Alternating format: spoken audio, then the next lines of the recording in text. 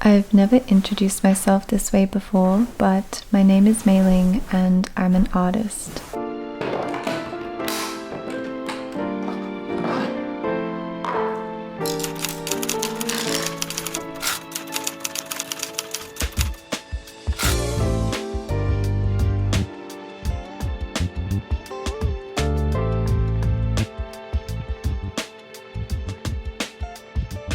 Even though I've always made art, calling myself an artist has actually felt a little bit unattainable, and recently I decided to question exactly why that was, and I found out that there are really only 3 questions that you need to answer if you're also wondering the same thing. And I know these questions will work because I've been asking myself them for years without even consciously knowing it, but it wasn't until last night when I wrote them down and properly reflected on them that I realized I'd also answered them a long time ago just by prioritizing creativity.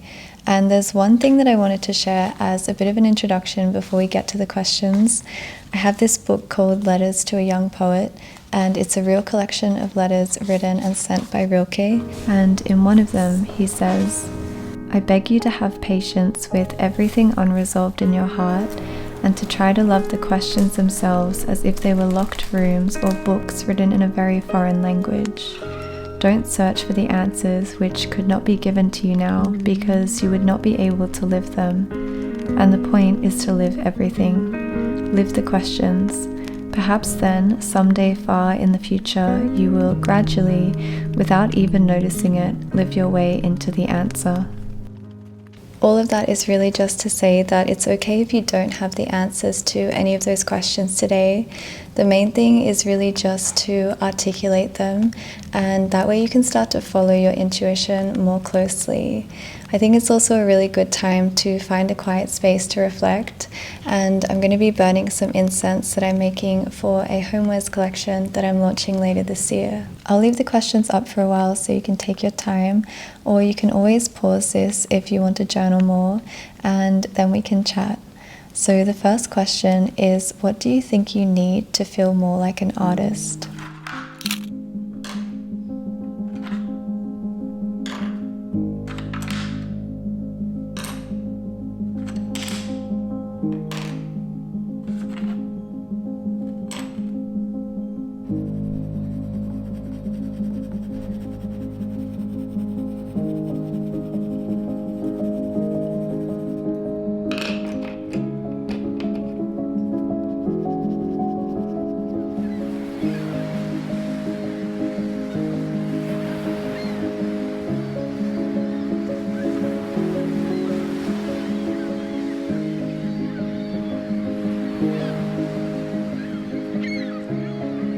When I asked myself the first question yesterday, I realized that there's really nothing I need right now to feel more like an artist. There's actually nothing I'd change, but a few years ago there definitely were some things that I really wanted and needed to do differently.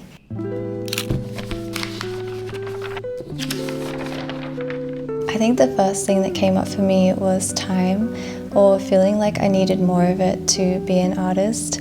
And to be honest, I feel like this comes up in every conversation that I have with someone who's doing creative things, because usually the first thing they bring up is wanting more time. I think it's so beautiful to enjoy something that much that you could endlessly fill the hours with it and still want to do more of it. And I've definitely found that feeling hard to keep up with because it doesn't really fit with traditional systems. When I was a kid, I used to spend so much time making things, but when I started working in a corporate job that wasn't creative at all, I actually became very burnt out from it, and I found that I had no time for my own health, let alone for anything creative. And I felt such a strong need to make changes, and I actually left that whole corporate career behind. I think it's really hard to balance everything alongside work in general, and there are obviously so many other things in life that we also need to fit in. So I decided to make changes and live differently to what might be expected. I've really left behind any kind of corporate ladder, and instead I work on a few different things at once just so I can structure my weeks more flexibly. And in doing this, I've realized that there will probably never feel like there's enough time for everything that I want to make. It's also probably not realistic to think that we can constantly get the energy and ideas that we'd need to sustain that either, and everything has to be balanced with rest. So I'm glad that I tested my boundaries in some ways and really protected some time for art, even if it's just a small amount of time, like one afternoon every week. I realized that that's something I really needed to do to feel more like an artist.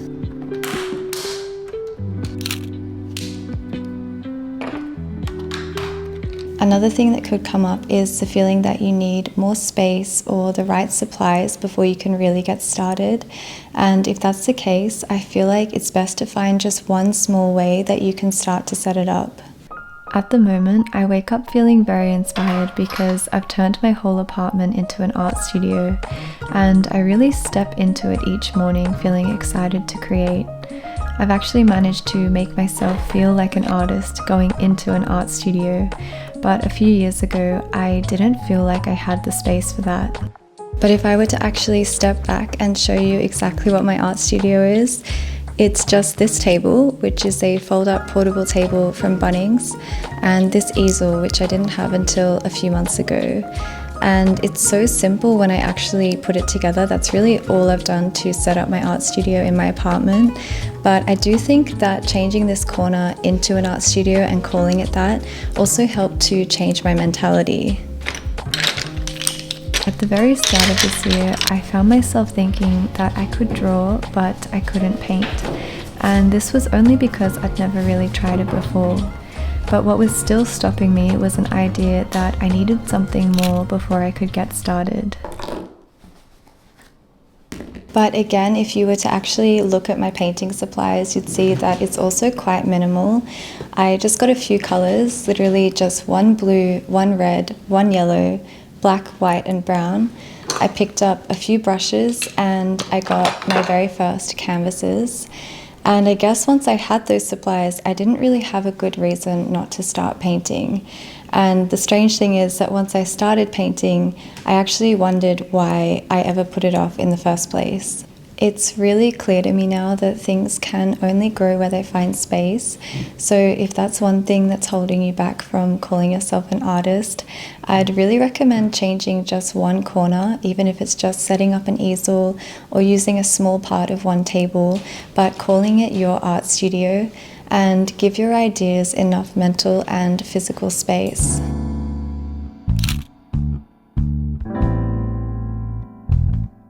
The next thing that could come up is the relationship between art and money. And I just want to say right away that you don't need to solve capitalism with your creativity. Making things feels very inherent. It's something that we've always done, and that started a long time before jobs or careers were even invented. Unfortunately, I think this first came up when I was very young, because someone saw the oil paintings in my house and asked who the artist was behind them. But when I said it was my dad, they acted really surprised and said they thought he had another job, which was true. He actually never worked on paintings as his career. But I think those kinds of things really created a strong impression on me when I was younger. And now when people ask what I do, I find it really hard to say I'm an artist if I'm also working in something else. It's usually been a lot easier to lead with what I do for work the majority of the time, which actually isn't creative at all, and then to maybe add that I also love art and photography. But because those conversations are so focused around money and work, I feel like the questions always lead to whether I can make money from art and photography as well. And the most ridiculous thing is that I actually do, but that's also not the reason why I do any of those things. And if I were to stop taking art commissions or working on photography projects, which I'm really excited to do anyway, but even if that completely stopped and I didn't monetize it at all, I would still want to be making these things all the time. So I think I had to really separate those ideas and say that whether you make money from your art or not, and whether anyone knows about that or not, really has nothing to do with whether you're actually an artist. The second question is, who in your life would be surprised if you called yourself an artist?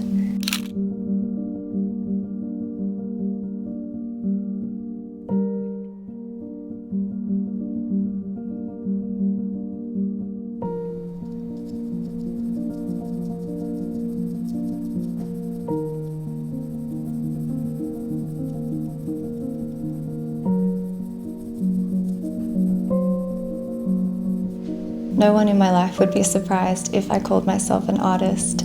And really, when I reflected on it, I realized that more people would probably be more surprised if I didn't. So it really just is an internal dilemma. I don't know if you've had the same experience, but I feel like anyone who knew me as a kid knew how much I loved creating things. And that's usually what I've been able to talk to everyone in my family about. My grandfather used to show my drawings to anyone who would look, and Jace used to organize all of the frames for every single one that I sent out.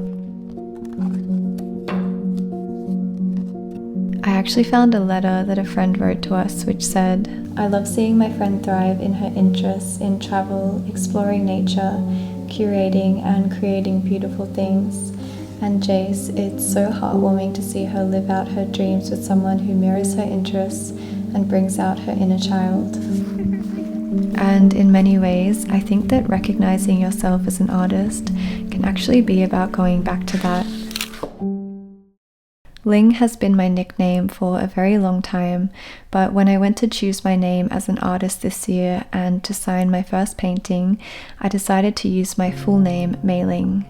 This is what I'm called at home, and I think it makes sense to return to the name that the people closest to me know me by.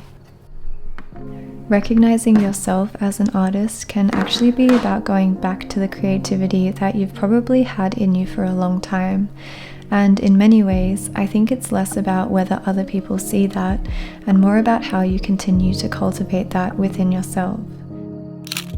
One of my favorite musicians, FKJ, wrote this on the back of his album. "As a kid, my imagination was strong. I vividly remember creating worlds, drawing, or playing with whatever toys I had.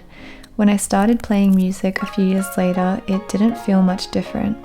My bedroom studio became my playground. It was a game without plans or any right or wrong. The end result didn't matter. Today I know more and play better than ever. I'm also not the kid that I was. I now overthink, give myself limits without even noticing, or have doubts that weren't there before. What inspired this album was to look for a way out of my adult mind." One of the best ways to get out of our adult minds is to spend even more time with people who already see the artist in you and support it. A few days ago, my friend came over to paint. She sent me the nicest message afterwards that said, "Thank you for such a beautiful day and for letting us into your space. You've inspired me to get more creative and tap into that side of my brain. It was really relaxing, and you're amazing for making your artistic visions come to life." I'm so lucky to have this much support, and when I really thought about it, friends like these already see me as creative, acting on artistic visions and bringing them to life, and so this question of what to label that feels quite unnecessary. But I can also think of a handful of people who were very shocked when I said I made art, like a boss that I used to have. But I guess the main thing here is that even if you think someone would be surprised if you called yourself an artist, or even if someone was surprised and they weren't very supportive, would that stop you from wanting to make art? Would it actually make any difference? The painter Agnes Martin said, "Being an artist is about perceiving and recognizing what is already within oneself, not about external ideas or influences." Calling yourself an artist is separate from anyone else's external projections. It isn't a judgment of skill, it isn't measured by experience, and it doesn't need to be given value through money or reach. An artwork isn't good just because it's found a large audience, and it also isn't bad if it hasn't. In one of the letters to a young poet, he's writing back to someone who's sent him their poetry, and he says, "You ask whether your verses are good, you ask me that. You've asked others before. You send them to magazines, you compare them with other poems, and you worry when certain editors turn your efforts down. Now, since you've allowed me to offer you advice, let me ask you to give up all that. You are looking to the outside, and that above all you should not be doing now. Nobody can advise you and help you, nobody. There is only one way. Go into yourself, examine the reason that bids you to write, check whether it reaches its roots into the deepest region of your heart, Admit to yourself whether you would die if it should be denied you to write. This above all, ask yourself in your night's quietest hour, must I write? And if it should be affirmative, if it's given to you to respond to this serious question with a loud and simple I must, then construct your life according to this necessity. Your life, right into its most inconsequential and slightest hour, must become a sign and witness of this urge. When we remove every kind of external idea, being an artist is really just a way of seeing things and a way of living. Instead of seeing artist as a title or identity that you need to reach, it could just be something that you make a part of day-to-day life. And maybe the desire to do that actually feels like a necessity, in that you really need to do it for yourself to be fulfilled. If you can start making art a necessary part of your life by appreciating any moment of beauty, bringing handmade crafts into daily rituals, or really just making creativity your priority, then you will be living a creative life, and it won't matter at all if anyone else thinks you're an artist. The very last question is, what would change if you started calling yourself an artist today?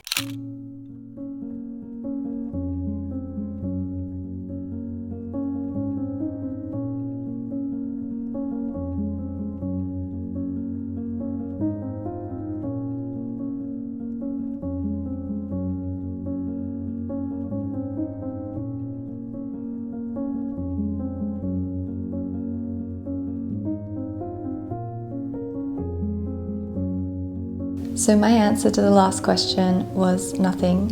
Nothing would really change if I decided to call myself an artist today. And saying that out loud makes this whole thing feel kind of unnecessary, because I guess what's different after all of this? My answers have been nothing is needed, no one would care, and nothing would really change. And it is kind of strange because just a few days ago, I feel like I was really struggling to decide whether or not I could say I was an artist. And for some reason, so many questions were coming up around whether I needed it to be my identity, my career, or maybe my full-time income. I think I also questioned whether I carried some kind of underlying fear that if I said it, maybe I wouldn't have enough to show for it, or maybe I still needed a bit more time to figure it all out. And the process of answering these questions really just made me realize that they're so unimportant and inconsequential when it comes to making art. But having said that, if you still feel like there's a long way to go for whatever reason, I think the best thing to do is to look back at what you might have already done. I know that there's probably so much inspiration that's led to where you are now, and there's probably a lot of things that we've all experimented with and learned along the way. And so I just trust that even if it feels like we're starting something new or attempting something very different, none of us are really at the very start. Journaling has been such an uplifting part of life for me, and I actually just got the first samples of journals that I'm making for my collection. This painting was inspired by the inner energy that we all save for creative pursuits. I feel like these journals will be the perfect place to explore all of the questions and doubts that seem to come with the creative process.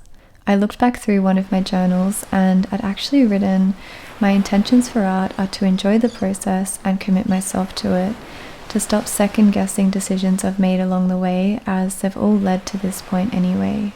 And I feel like this point can be a positive place, not a reaction to something external, but an internal motivation that has always been pulling me towards creativity.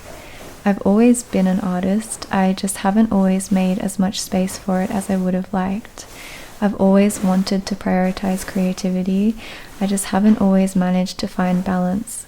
How can I listen more intuitively to this desire and need to create? I wrote this down years ago, and to be honest, I think the most liberating thing is to feel like that question is constantly being answered by the way I live now.